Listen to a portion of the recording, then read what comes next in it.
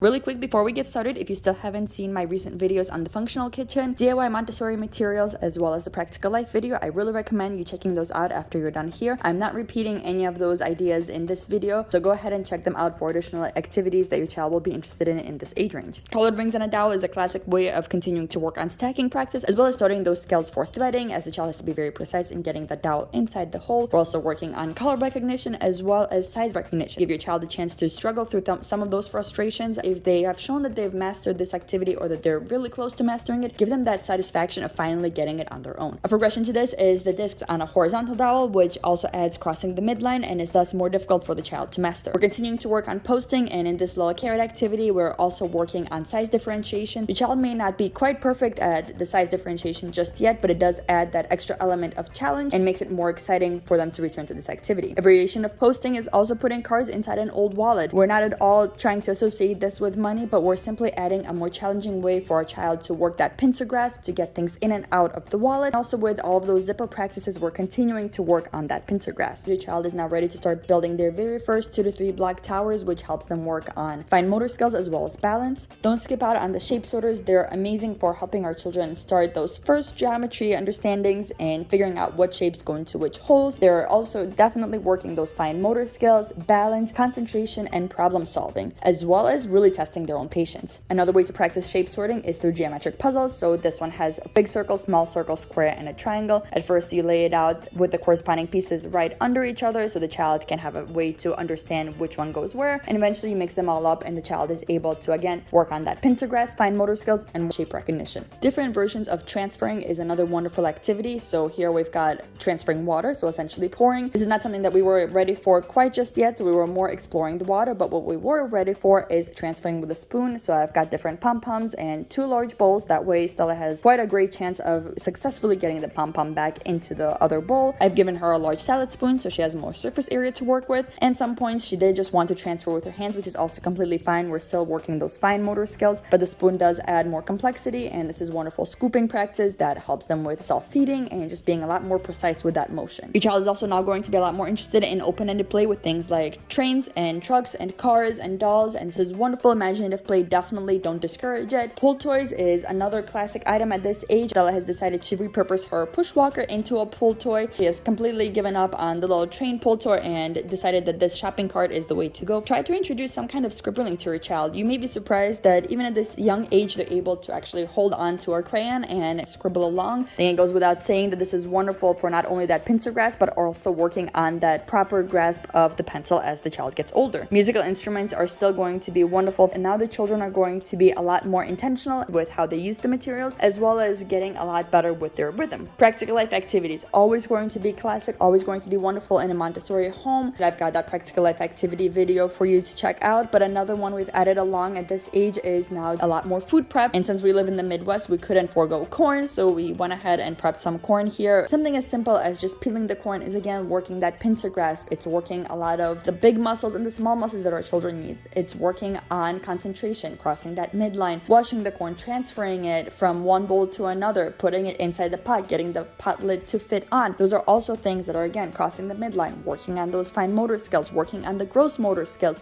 and working on getting things to fit correctly.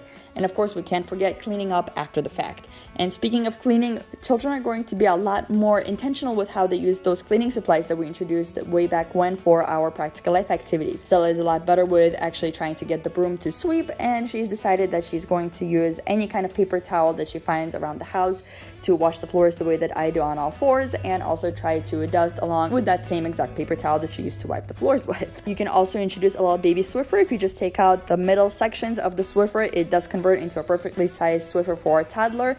And this is more complicated to maneuver than a broom or a mop, so definitely do this once your child is more comfortable with walking. Introduce a little watering can on those hot summer days to help out with watering the garden. As far as gross motor skills, our kids are loving crawling under and over things, and if you want to encourage that behavior, you can do something like spreading out a bunch of pom-poms and giving them a basket to collect them into and have them go back and forth collecting them. It really works their gross motor skills and all those big muscles. You can also explore this outside in some of the playgrounds. We've got a wonderful natural one close to our house house. This is a great chance to also start incorporating nature walks and child-led walks with your child. So essentially just letting them be in control of where you're going, what you're doing on the walk, whether you're just stopping to collect a bunch of leaves or transfer mulch from one area to another. You can also set up some climbing activities inside the house if it's too hot to be outside. Again, this is wonderful exploration of their body, trying to understand how their body fits into this big world, what they can and cannot do, and really developing that strength and flexibility that they need. And with all that movement, our children do become more aware of their body. So now is a wonderful chance, if you haven't yet, go ahead and introduce language for their ear, their nose, their leg. Also go ahead and show your child how to throw, how to kick. They may become very interested in one of those motions. Stella has become obsessed with kicking things around like they're a soccer ball. She also loves to transfer balls from room to room and try to throw them around and kick them around. And this is a great way to get that energy out before mealtime.